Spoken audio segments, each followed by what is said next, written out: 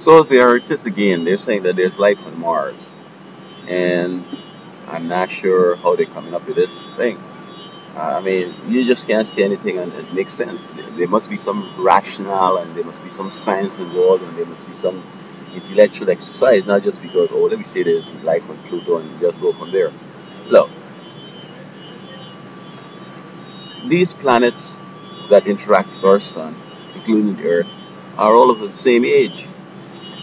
Now, the moon, the sun, and these stars we see around here, these planets and so on, and these constellations, they're just as old as Earth because God said He created them in the first week of creation. Look, He said He can do the sun, to rule the day, and do the moon to rule the night. He created those. So people talking so many trillions of years old and going to burn out and all this kind of stuff. I mean, this whole atmosphere here, it wasn't supposed to last forever. This was just a training ground. Earth was a training ground so that Adam and Eve and their descendants would have been trained to be angels, and then they would have take off, go on doing that angelic work, and this place would have roll up or whatever God decided to do with it.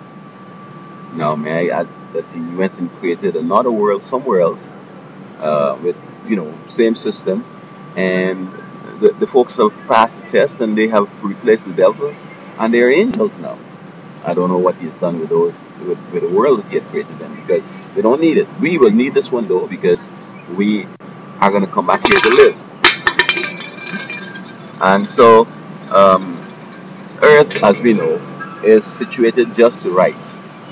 We're not too far, we're not too near to sustain life.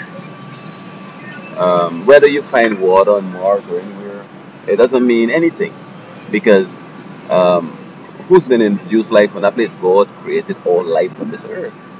You see, I guess the whole problem with these folks is that they don't believe God, or they don't have no faith, or they don't believe the word of God or something. Right? I mean, that's a good basis to start with. No. Um, Mars is so close to us that if there was life, I mean, we would know. Any one of these any one of these planets here, we would know we're very close, but there's no indication, and I can't rule out that people hadn't been in it sometime or another.